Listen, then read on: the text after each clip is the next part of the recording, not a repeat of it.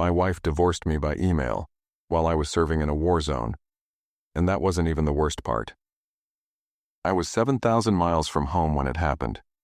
The air smelled like dust and engine oil. We were halfway through our deployment, and the desert heat didn't care if you were heartbroken or whole, but that night my world split wide open. I was doing inventory checks. Same routine as always. Boring, repetitive, comforting. My hands worked automatically, scanning crates, ticking lists, until I felt my phone buzz in my pocket. I opened my inbox, expecting a short "miss you," or maybe a photo from Amanda. Something to hold me over until the next call. But instead, there it was. Subject: "We're done." I stared at it. Just those 2 words. They felt sharp, final. I tapped the screen. 3 short paragraphs. That's all it took for her to throw away everything we'd built. I've filed for divorce, I've moved out, I've withdrawn everything from our joint account. I need to do what's right for me now. No greeting, no goodbye. Just that. For a second I thought it was a mistake, and maybe she meant to send it to someone else. Maybe it was a cruel joke, but no. It was signed, Amanda. I couldn't breathe, couldn't blink. I just kept staring at the screen like it might change. Like maybe, if I refreshed the page, reality would hit undo. It didn't. I opened our bank app. The balance read, $0. I had been waking up every day, putting on armor, walking through sand and silence, thinking she was home, thinking she was mine. But she'd already moved on. There weren't any tears. Not that night. Just a cold stillness inside me. Like something died but nobody noticed. We'd been married 6 years. She kissed me goodbye at the airport and told me to come home safe. I thought I had someone waiting for me. I was wrong. Before that email, before everything shattered, people used to describe me with one word: calm. I wasn't the loud guy at the party. I wasn't the one picking fights or chasing drama. I listened more than I talked, observed more than I reacted. That's probably why I fit so well in logistics, problem solving without chaos. Amanda used to say, "You're the quiet one, but your silence feels safe." I held on to that line for years, like it meant something permanent. We were married. 6 years. We weren't flashy, we didn't post everything online. But we had what I thought was solid love. Real love. We had a modest house just outside Charlotte, 2 decent cars, and a mutual dream of opening a small cafe. Something peaceful. Something ours. At least, that's how it looked from where I stood. I guess I was too focused on keeping things steady to notice where things were cracking. My mom warned me in her gentle way. "She seems restless, baby," she said once. Like she wants something she can't name. But I brushed it off. Amanda had always been a little unpredictable. That's part of what made her exciting. Mom didn't push. She never did. She just said, "Just make sure you're not the only one dreaming." Sergeant Davis was another voice I should have listened to more. A mentor on base. Guy had been through 3 tours and 2 divorces. Sharp eyes. Calm presence. "You love hard," he told me once during night drills. "But love doesn't always return the favor. Be ready." I wasn't ready. Looking back, the signs were there. Amanda always avoided talking about money. She'd change the subject or laugh it off. She said she wanted stability, but when I talked about saving more or skipping a vacation, she'd go quiet. I thought we were just different in how we planned. I thought love could smooth over the cracks. But love doesn't survive in silence, and I was too quiet for too long. Life before deployment felt normal, like a quiet road with no warning signs. Amanda and I had our routine. Lazy Saturday mornings, takeout on Fridays, her humming while folding laundry. Nothing flashy, but it felt safe. The day I left for overseas, she stood at the airport with tears in her eyes. She clung to me like she didn't want to let go. "I'll be counting the days," she whispered into my ear. I believed her. We video called every Sunday. At first she smiled big when she saw my face. She'd ask about the weather, about the guys in my unit, whether I was eating right. I always asked if she was okay, and she'd nod, distracted. "It's just work," she said one time, brushing her hair behind her ear. Long hours, you know. I trusted her. But then the calls got shorter. She stopped answering sometimes. Said she was tired, that she fell asleep. I told myself not to be paranoid. People change under stress. Still, something in her voice had shifted, like her heart was elsewhere, but her words hadn't caught up yet. One night I asked directly, "Is everything okay between us?" She looked away from the camera, then back at me. "Why wouldn't it be?" she said flatly. I smiled, nodded, didn't push. Amanda was always independent, strong-willed. That's part of why I loved her. But now that strength felt like distance. Meanwhile, back home, Marcus kept checking in with me. "You good out there, man?" He'd text. "Yeah," I replied. "Just tired. Amanda seems off." He offered to swing by and check on her, but I said no. I didn't want to look insecure. I also kept in touch with Lily, Amanda's sister. She and I used to be close. She always felt more grounded than Amanda. She messaged me once. "You two hanging in there?"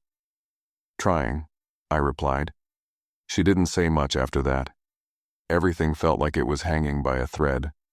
But I kept telling myself it would hold. That we'd reconnect when I got back. That this was just the long-distance blues. I didn't. No, Amanda was already planning her escape. The night after I got that email, I barely slept.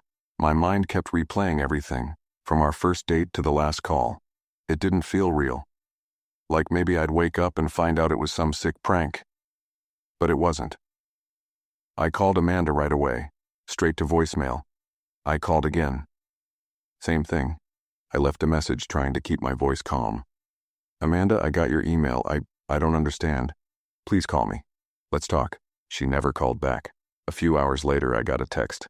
Not from her, from Lily. "She's moved out. Took all her stuff last week. She's been seeing someone. I'm sorry." I stared at the message, read it 3 times. Then I just sat there, numb. There was no anger yet. Just a cold, empty feeling in my chest, like someone had reached inside and quietly flipped a switch. I typed a reply. "Are you sure?" Lily responded almost instantly. "I wouldn't say it if I wasn't. She's with a guy named Eric. They've been going out for a while. I didn't know how to tell you." I didn't even finish reading the message before closing my phone. Later, that evening I sat in my bunk and wrote Amanda an email. No yelling, no drama, just questions. "Amanda, I need to hear it from you. Why? When did this start? I'm not asking to fight, I'm just trying to understand." The reply came 2 hours later. "I don't owe you anything." That was it. One sentence. Cold. Dismissive. Final. That night, I went to the base chapel, not to pray, just to sit. The chaplain, a tall man with tired eyes, noticed me. "You need to talk?" he asked. I shook my head. "Not right now." He nodded and sat down beside me. Said nothing. Just stayed there. It was the first quiet moment I'd had all day that didn't feel like it was suffocating me. The next morning I told Sergeant Davis. He didn't say sorry or "that sucks." He just looked at me and said, "This is where a man figures out what kind of man he really is."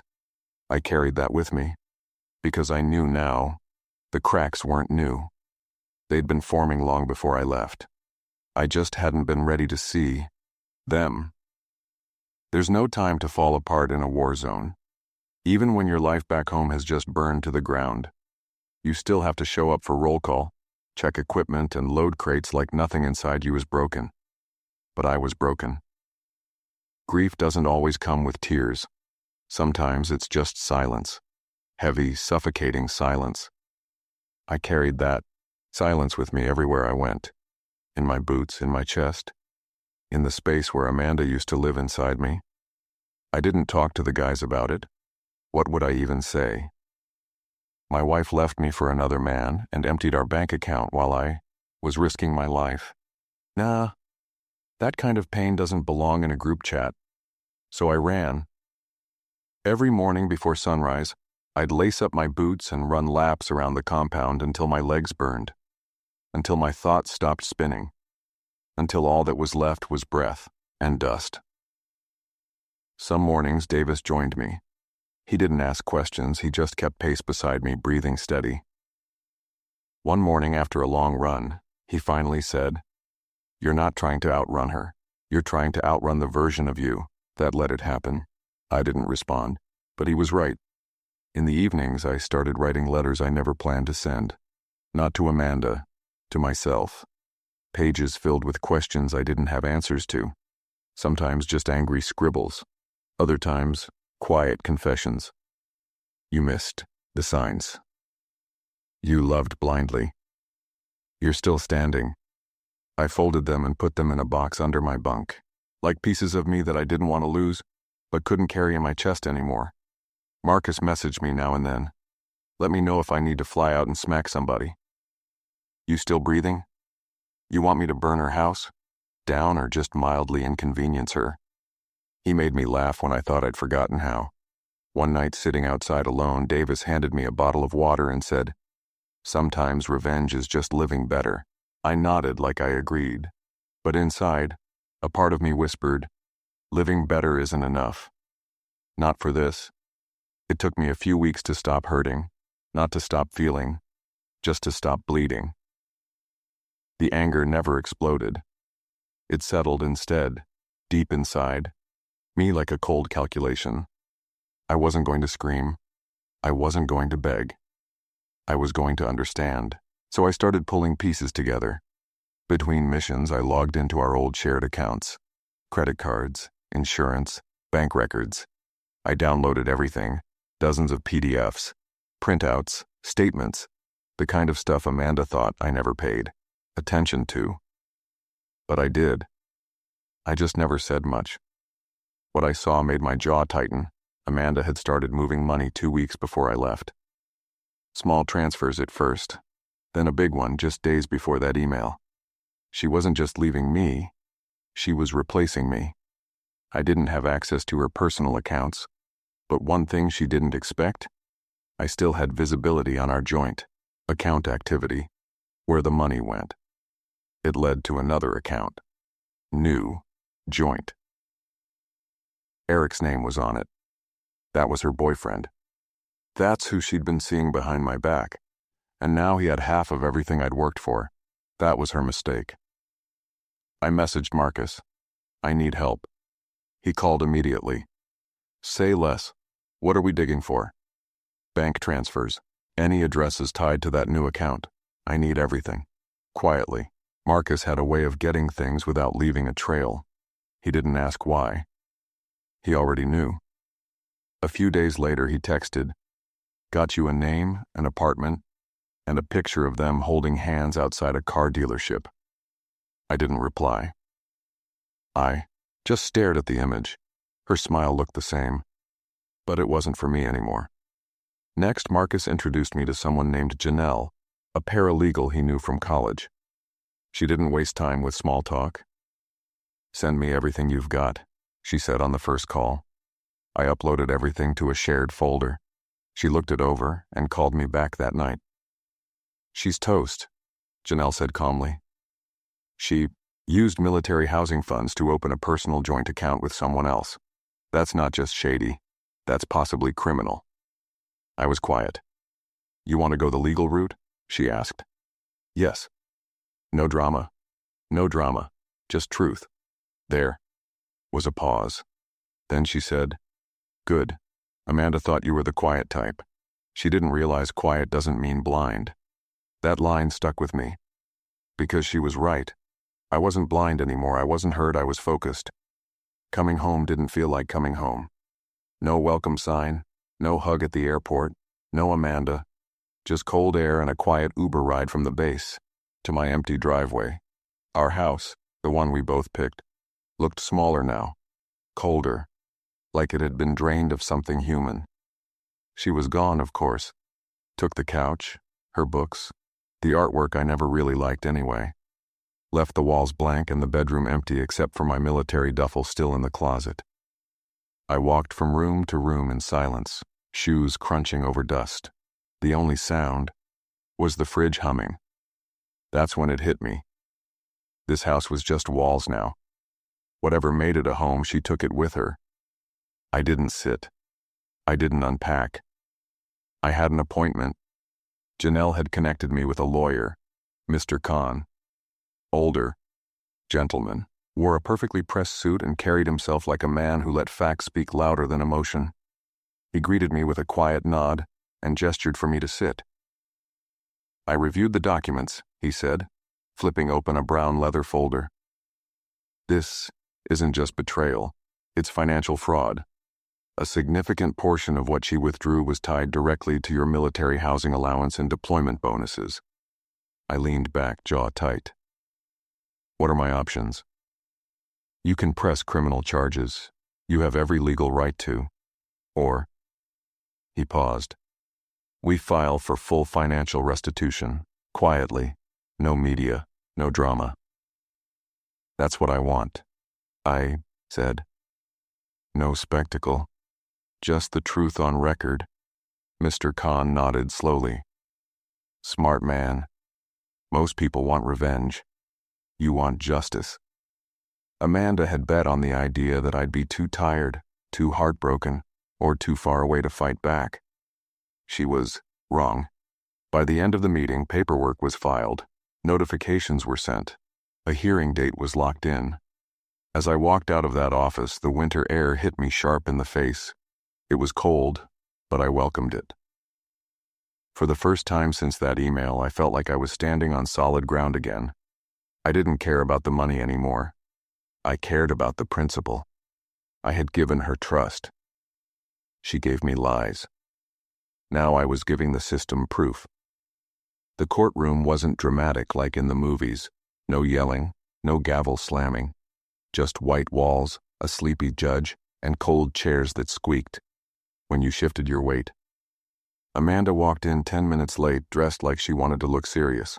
Blazer, no makeup, hair tied tight. But I could see it in her face. She hadn't expected me to show up. Not like this. Not with evidence. Not with a lawyer. Eric sat behind her. He wouldn't look at me. I didn't look at him either. Mr. Khan stood calmly, flipping open his folder. Like he was about to give a weather report, Your Honor, he began. We're submitting clear documentation that the defendant transferred over $28,000 of military-issued housing and deployment funds from a joint marital account to a new joint account held with a third party, while the plaintiff was actively deployed overseas. Amanda didn't move, but her eyes blinked fast. Mr. Khan went on. We also have transaction logs, dates, timestamps, and 2 witness statements confirming she vacated the marital home and entered into a relationship with the third party during this time. Amanda finally spoke. That money was ours. No, Khan interrupted gently. Half of it was his pay, earned while serving, legally protected. Misusing it is a federal issue. The judge leaned back, then looked at Amanda. Do you dispute these documents? Amanda glanced toward Eric, then down at her hands. No, Your Honor. In that moment, something in her deflated. Like the version of her I used to know, cracked and slipped away. The judge's ruling was short and clear. She had to return the funds in full, or face charges. Eric's name was submitted for separate investigation. They weren't just dealing with me anymore. They were dealing with the law. Amanda's lawyer leaned toward her, whispered something. Her lips pressed tight. Then she nodded, quick, defeated. They agreed to settle. Fast. I didn't smile, not once. Because this wasn't victory. It was correction. After the hearing, Amanda tried to catch me in the hallway. I didn't mean for it to go this far, she said, her voice low. I stopped, looked her in the eye. But it did. She opened her mouth to say something else, but I didn't wait. I walked away. For the first time, I didn't feel like the one left behind. After the case was settled, I didn't feel victorious. I just felt steady, like standing still on a dock after weeks at sea. I never called Amanda again. Never answered her last email, something weak and vague like, I hope someday you can forgive me. I didn't hate her, but I didn't owe her anything anymore. The partial settlement gave me enough to do something I had dreamed of long before things fell apart. I opened the cafe. The one we used to talk about building together. But now, it was mine alone. It's small. Just 12 tables, a long wooden counter, and a quiet playlist of jazz and lo-fi beats that plays on a loop. Nothing fancy, but every inch of it is built with my hands, my choices, my peace. Marcus helps on weekends. He says he doesn't know how to make a decent latte, but the customers like him anyway. Probably because he tells ridiculous stories while wiping counters. Mrs. Green, a retired school teacher from across the street, comes in every morning at 8:15 sharp. Always orders cinnamon tea and leaves a $5 tip, no matter the price. This place feels calm, she told me once. Like you've been through a storm and came out cleaner. I smiled and nodded.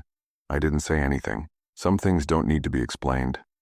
At night, when the cafe is closed and the chairs are upside down on tables, I sit near the front window with a mug of whatever's left in the pot. I look out at the quiet street, and I feel something I hadn't felt in months. Stillness, not emptiness, not loneliness, just stillness. I used to think I needed revenge to heal, but I was wrong. What I needed was peace. Sometimes late at night, I still write letters I never planned to send. Most of them are to myself. Pieces of thought I'm not ready to say out loud.